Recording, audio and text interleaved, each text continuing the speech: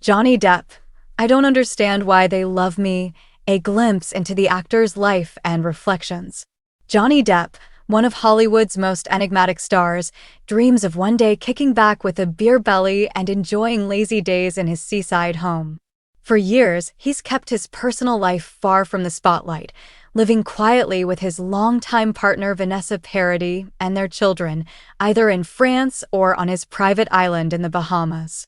Public appearances are rare, reserved only for the premieres of his latest films, this time for his new movie Public Enemies, where Depp portrays one of 1930s America's most notorious outlaws.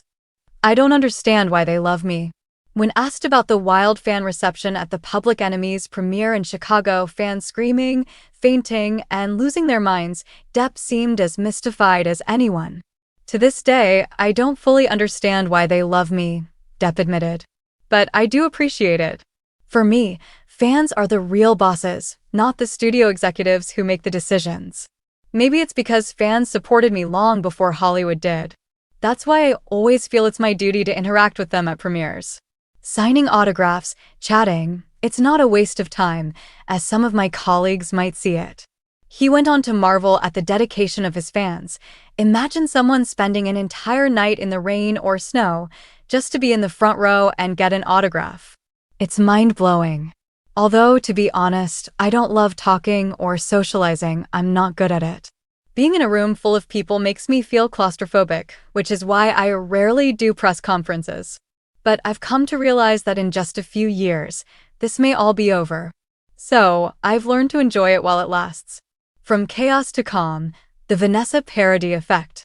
Reflecting on his darker days, Depp opened up about his struggles with fame in the late 1980s. After the success of 21 Jump Street, everything changed. I couldn't eat at a restaurant or grab a drink at a bar without being mobbed. It was unbearable. I realized fame and money didn't bring me happiness. I was miserable, and I drank heavily, thinking it would solve my problems. Instead, I was spiraling into a destructive abyss. Depp credits Vanessa Paradis for pulling him out of that darkness. When Vanessa came into my life, everything changed. Before her, I had relationships, but none of them brought me any real happiness. When our daughter was born, it was like all the anger and self-loathing vanished. I finally felt alive. Family life gave me a purpose I never had before.